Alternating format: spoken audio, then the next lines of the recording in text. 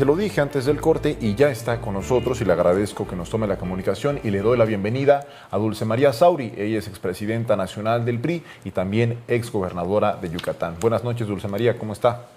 Muy buenas noches y a sus órdenes. Qué bueno que nos acompaña porque, bueno, me gustaría que nos contara qué es lo que está pasando en el PRI. Vimos que el fin de semana hubo una Asamblea Nacional en la que Alito Moreno, la Asamblea Nacional reformó los estatutos del PRI y estas reformas permitirían que el actual dirigente Alito Moreno se reeligiera hasta 2032. Cuéntenos cuáles son sus impresiones. A ver, la primera cuestión que quiero comentarles es que al día siguiente de la jornada electoral del 2 de junio, el día 3, extrañamente, las dirigencias estatales del PRI amanecieron enviándole una carta al presidente del Comité Ejecutivo Nacional solicitándole se convocara a una Asamblea Nacional. La Asamblea Nacional es la única instancia, la instancia superior en la organización del PRI, con atribución para reformar los documentos básicos, que son la Declaración de Principios, el Programa de Acción, los estatutos y el Código de Ética Partidaria. Pues en medio del fragor del recuento de los votos, el cómputo se hizo miércoles, pues el jueves sesionó el Consejo Nacional y autorizó la expedición de la convocatoria a la Asamblea. El mismo día, en la noche, se expidió esta convocatoria y empezó una organización que se mantuvo prácticamente en secreto. Asambleas municipales, dicen que se realizaron asambleas estatales, donde se eligió a delegadas y delegados que habían de asistir a la Asamblea Nacional del domingo pasado. Son cuestiones que posiblemente sean un poco farragosas, de trámites, etcétera, pero tocar los documentos básicos de cualquier partido político, y en el caso del PRI, exige mucho cuidado, mucho trabajo, mucho diálogo, mucha discusión, que no se puede hacer cuando todavía está el proceso electoral en marcha. No solamente porque hay un impedimento legal, porque también hay un impedimento real. Si el partido se distrae de su defensa de los votos que obtuvieron sus candidatos y candidatas, que por cierto están siendo impugnados en los tribunales por sus adversarios. Si se distrae de eso por una Asamblea Nacional, pues la verdad es que no habla muy bien de las prioridades del partido. La cuestión está en que la pregunta era ¿por qué razón hay tanta prisa para hacer la Asamblea? ¿Por qué no esperar a que concluya el proceso electoral con la calificación de la elección presidencial, que será no después del 6 de septiembre? Y la respuesta es porque la dirigencia actual, encabezada por Alejandro Moreno, tiene un plazo ineludible para concluir. Se lo dio el Tribunal Electoral cuando se prorrogó por más de un año el plazo de 4 años que tenía cuando fue electa en 2019. Y para poder llamar elecciones necesitaba una reforma al estatuto y quitar el candado que impide la reelección. Todo esto que le he narrado tuvo un solo propósito: tocar un solo artículo de los estatutos, que es el 178, que impide la reelección. Entonces, la verdad es que está poniendo al PRI en su conjunto en una situación sumamente delicada, una Asamblea Nacional que siempre es motivo de muchísimo trabajo previo, de mucho debate, de mucho diálogo, más cuando se ha tenido un resultado electoral tan negativo como tuvo el PRI, se vio reducida a prácticamente un trámite para poder reformar los estatutos. Y la siguiente pregunta es: ¿por qué se quiere quedar Alejandro Moreno 8 años en el PRI? Sí. 8 más, o sea, lleva 5 y 8, 13. Y la razón, pues la verdad es que no sale a simple vista, porque no es que se quede a encabezar las negociaciones de los grupos parlamentarios con el nuevo gobierno y la nueva mayoría de Morena.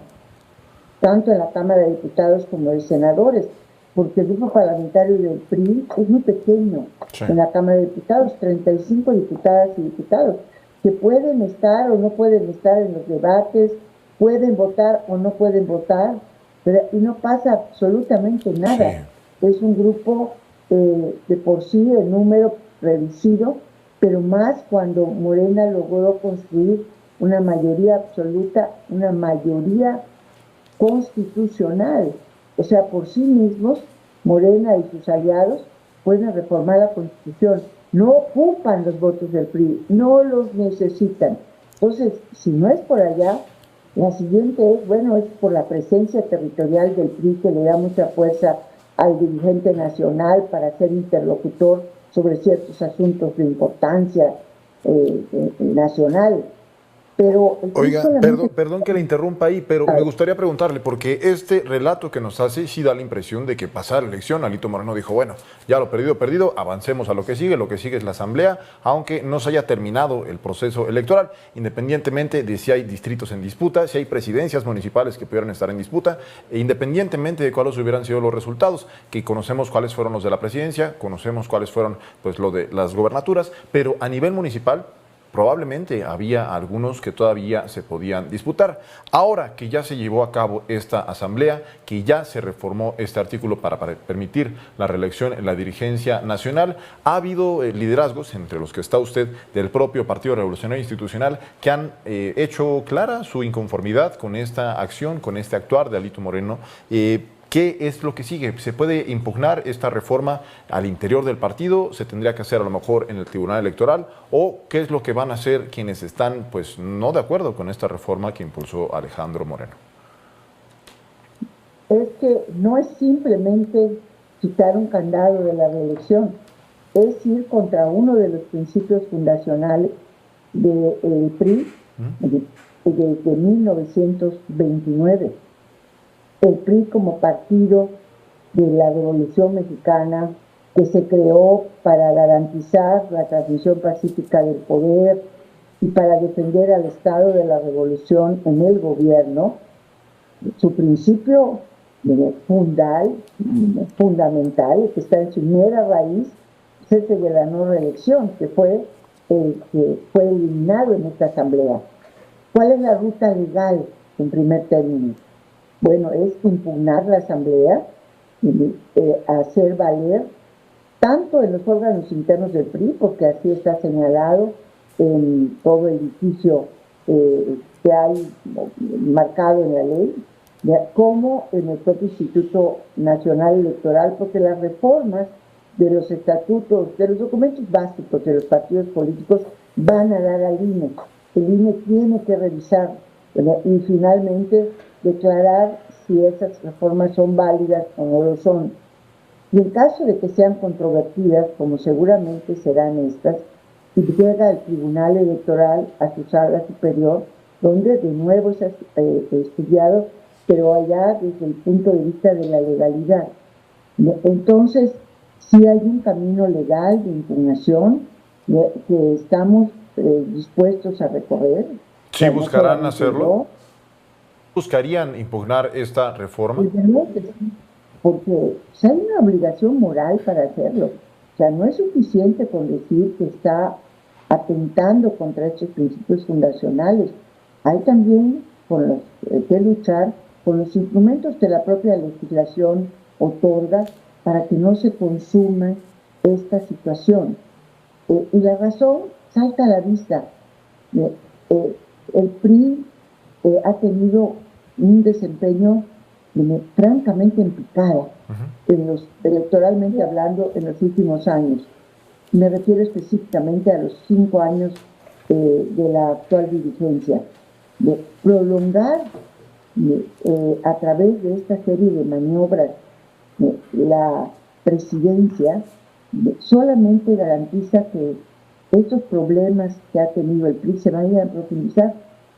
Y esto nos puede colocar en una situación muy complicada en 2027 y posteriormente, en 6 años, en 2030, estar en la misma situación del PRD que en 2024 perdió el registro. Es decir, ustedes no ven los focos rojos hasta 2030, sino ya inmediatamente en la elección intermedia de 2027.